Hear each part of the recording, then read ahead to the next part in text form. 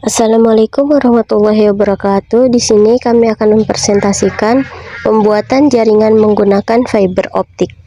Kami dari kelompok 2 yang beranggotakan Nuryati, Nurjanah, dan Lia. Penjelasan: pembuatan jaringan menggunakan fiber optik adalah proses instalasi jaringan komunikasi menggunakan kabel serat optik. Sebagai media transmisi, kabel fiber optik mampu mentransmisikan data dalam bentuk cahaya yang memungkinkan transfer data dengan kecepatan tinggi, jarak yang lebih jauh, dan kualitas sinyal yang lebih stabil dibandingkan kabel tembaga konvensional. Pengganda kabel dan alat.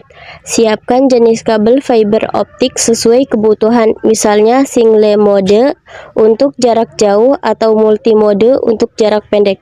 Pastikan semua alat dan material yang dibutuhkan sudah tersedia. Toolkit alat utama untuk menyambung kabel fiber optik. Yang pertama, fiber optic stripper. Alat ini digunakan untuk mengupas lapisan pelindung luar pada kabel fiber optik agar bisa mengekspos inti fiber. Mengupas harus dilakukan dengan hati-hati agar tidak merusak serat optik di dalamnya. 2. Cleaver fiber optik. Cleaver fiber optik digunakan untuk memotong serat optik secara presisi agar hasil potongannya rata dan siap untuk disambungkan. Pemotongan yang presisi sangat penting untuk kualitas sambungan. 3. Fashion splitter. Fashion splitter adalah alat untuk menyambungkan dua ujung serat optik. Alat ini bekerja dengan cara melelehkan ujung serat optik dan menyatukannya agar sinyal cahaya dapat mengalir tanpa hambatan. 4. Power meter. Power meter digunakan untuk mengukur kekuatan sinyal pada kabel fiber optik. Dengan alat ini, teknisi dapat memastikan apakah sinyal yang ditransmisikan sesuai dengan spesifikasi yang diharapkan. 5. Visual Fault Locator.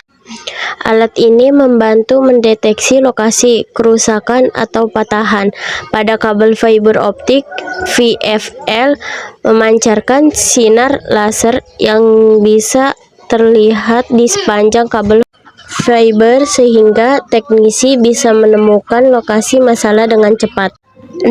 Optical Time Domain Reflectometer atau disingkat OTDR. OTDR adalah alat untuk mengukur panjang dan mendeteksi masalah yang mungkin ada di sepanjang kabel serat optik. OTDR mengukur refleksi cahaya yang kembali untuk menganalisis kondisi kabel. 7. Alcohol swab dan tisu bebas serat. Diperlukan untuk membersihkan ujung serat optik sebelum penyambungan atau pengujian. Kebersihan sangat penting untuk menghindari kehilangan sinyal. 8. Fiber optic connector crimper. Digunakan untuk memasang konektor pada ujung kabel serat optik. Setiap jenis konektor memerlukan jenis crimper yang sesuai. 9. Fiber optic enclosure atau tray.